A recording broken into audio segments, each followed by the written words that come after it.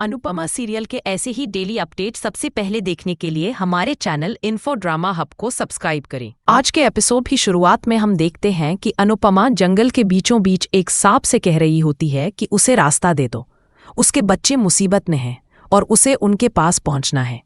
वह आंखें बंद कर लेती है और जब दोबारा खोलती है तो देखती है कि सांप वहां से गायब हो गया है। वह भगवान का शुक्रिया अदा करती है और आगे बढ़ती है। उधर राही अनुपमा से मिलती है और हैरानी से पूछती है कि उसने उसे आखिर कैसे ढूंढ लिया।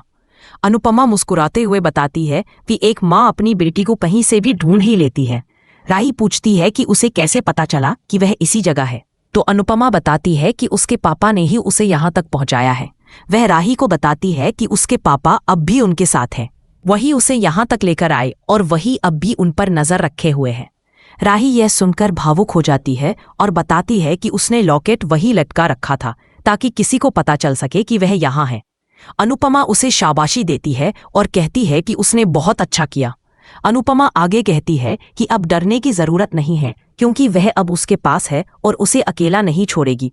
अनुपमा खुद से कहती है कि बस एक बार वह राही यहाँ से निकल जाए। फिर वह राही को डांटते हुए पूछती है कि उसने इतना बड़ा रिस्क क्यों लिया, क्या उसे पता नहीं कि वह लोग कितने खतरनाक हैं? राही कहती है कि उसने ये सब अपने भाई समर को इंसाफ दिलाने के लिए किया, वह अपने भाई के लिए इतना भी नहीं कर सकती क्या? यह सुनकर अनुपमा की आंखों में आंसू आ जाते हैं। दूसरी तरफ घर में मोटीबा प्रेम और बाकी लोगों को बताती है कि वह गौतम को लेकर आई है। यह सुनते ही पराग भड़क जाता है और कहता है कि इस आदमी को उसने खुद धक्के मारकर घर से निकाला था, इसे अब वापस आने की कोई जरूरत नहीं है। प्रेम भी गुस्से में कहता है कि इस आदमी को इस घर के पास से भी नहीं गुजरना चाहिए था। अनिल बोलता है कि अगर ये यहाँ से नहीं गया तो दोबारा इसे धक्का देकर बाहर निकाल देंगे। पराग मोटीबा से कहता है कि इस आदमी की वजह से प्रार्थना बीमार पड़ी है और अब आप इसे घर ले आएं। मोटीबा प्रार्थना से पूछती है कि वह ठीक तो है, लेकिन पराग कहता है कि इस आदमी के होते हुए कोई भी ठीक नहीं रह सकता। प्रेम कहता है कि इस आदमी की वजह से कंपनी को इतना बड़ा नुकसान हुआ और अब आप इसका समर्थन कर रही हैं। तभी गौतम बोलता है कि प्रार्थना को क्या हुआ, और तभी पीछे से अंश आता है। वह गुस्से में कहता है कि खबरदार अगर उसने प्रार्थना या बच्चे का नाम लिया तो। मोटीबा अंश पर चिल्लाती है और कहती है कि गौतम जी को कोई कुछ नहीं कहेगा क्योंकि वह अब बदल चुके हैं। सभी यह सुनकर हैरान रह जाते हैं। दूसरी तरफ अनुपमा पत्थर तोड़ रही होती है ताकि राही को बाहर निकाल सके। वह राही से कहती है कि वह चिंता न करे, वह उसे यहाँ से ले जाएगी और अकेला नहीं छोड़ेगी। राही रोते हुए कहती है कि उसने तो हमेशा उसे अकेला छोड़ा है। उधर गौतम सबके सामने माफी मांगता है और कहता है कि वह यहाँ नहीं आना चाहता था, लेकिन उसे मजबूर किया गया। वह कहता है कि अब वह और किसी को तकलीफ नहीं देना चाहता और बस अपनी गलतियों की माफी मांगने आया है। वह हाथ जोड़कर सबके सामने माफी मांगता है और जाने लगता है, लेकिन मोटीबा उसे रोक लेती है। वह कहती है कि गौतम जी कहीं नहीं जाएंगे क्योंकि मैं खुद उन्हें लेकर आई हूं। मोटीबा कहती है कि अब वह हमारे साथ रहेंगे। पराग और प्रेम ये सुनकर चौंक जाते हैं। पराग कहता है कि अगर वह सच में सुधर गया है तो इसे यहाँ लाने की क्या जरूरत थी, कहीं और चला जाता। प्रेम कहता है कि अगर इस दुनिया में हर कोई सुधर जाए तो क्या सबको घर में रख लेंगे। मोटीबा कहती है कि तुम लोग ऐसा इसलिए बोल रहे हो क्योंकि तुम्हें पूरी बात पता ही नहीं है। वह बताती है कि पिछले कुछ दिनों में गौतम के साथ क्या क्या हुआ है वह किसी को नहीं पता। वह आगे कहती है कि उसकी इस हालत का जिम्मेदार हम सब हैं क्योंकि हमने ही उसे अपनेपन से दूर किया। सब ये सुनकर हैरान रह जाते हैं। पराग गुस्से में कहता है कि अगर उसे परिवार चाहिए तो अपने घर चला जाए क्योंकि यहाँ न उसका परिवार है और न ये घर उसका है। मोटीबा कहती है कि यह मेरा आखिरी फैसला है, गौतम अब यही रहेगा और यही उसका घर है। प्रेम कुछ कहने की कोशिश करता है लेकिन मोटीबा उसे चुप कराती है और कहती है कि इस घर में क्या होगा यह फैसला मैं करूंगी। उधर जंगल में अनुपमा राही को समझा रही होती है कि पुरानी गलतियां भूल जाओ और आज को देखो, तुम्हारी माँ तुम्हारे पास है। अगर मैं तुमसे प्यार नहीं करती तो यहाँ कभी नहीं आती। वह कहती है कि अपना हाथ दो और मेरी मदद करो, लेकिन राही के ऊपर एक बड़ा पत्थर गिरा होता है और वह कहती है कि वह अकेले ये नहीं हटा सकती। अनुपमा कहती है कि उसे भी साथ देना होगा। बारिश शुरू हो जाती है और पानी अंदर आने लगता है।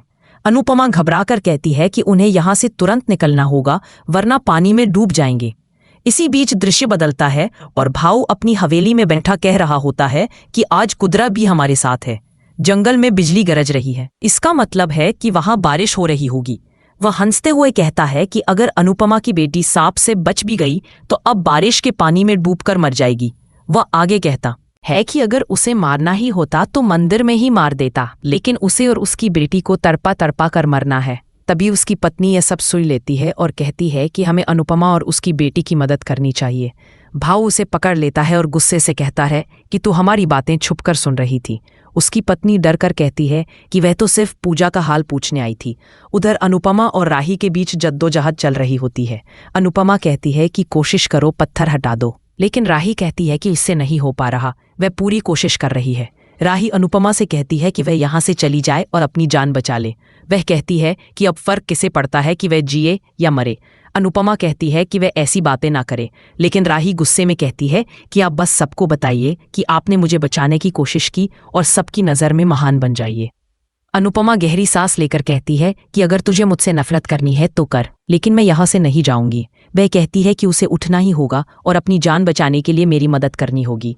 राही रोते हुए कहती है कि उसके पैर अंदर फंसे हुए हैं और उसे नहीं हो रहा। वह कहती है कि उसे इस ट्रिप पर आना ही नहीं चाहिए था। अब तो वह प्रेम को भी आखिरी बार नहीं देख पाएगी। राही कहती है कि सब खत्म हो गया, सिर्फ अनुपमा की वजह से। वह अपने बचपन को याद करती है जब अनुपमा और अनुज उसे लेने आए थे। वह कहती है कि अनुज ने उससे हमेशा दिल से प्यार किया, लेकिन अनुपमा ने कभी नहीं किया। अनुपमा आंखों में आंसू लेकर कहती है कि अगर उसे फिक्र नहीं होती तो वह यहाँ क्यों आती। राही कहती है कि आप फिर से चली जाएंगी जैसे हमेशा जाती हैं। अनुपमा उसका हाथ पकड़कर कहती है कि वह उससे बहुत प्यार करती है और उसे अकेला नहीं छोड़ेगी। बारिश तेज हो जाती है और पानी अंदर भरने लगता है। अनुपमा कहती है कि अब वक्त नहीं है, उसे उठने की कोशिश करनी होगी। इसी भावनात्मक पल के साथ एपिसोड खत्म होता है। अगले एपिसोड की झलक में दिखाया जाता है कि राही और अनुपमा बाहर निकलने की कोशिश कर रही होती हैं। पानी तेजी से सुरंग में भर रहा होता है। राही ऊपर चढ़ती है पर देखती है कि रस्सी से बंधा पत्थर गिर जाता है और अनुपमा अंदर फंस जाती है। राही घबराकर उस पत्थर को हटाने की कोशिश करती है। तभी एक रहस्यमयी आदमी वहां आता है और राही उसे देखकर हैरान रह जाती है और यहीं से अगले एपिसोड के लिए नया सस्पेंस शुरू होता है। आज का एपिसोड आपको कैसा लगा हमें कमेंट में ज़रूर बताएं और ऐसे ही अपडेट्स के लिए हमारे चैनल इन्फो ड्रामा हब को सब्सक्राइब करना न भूलें।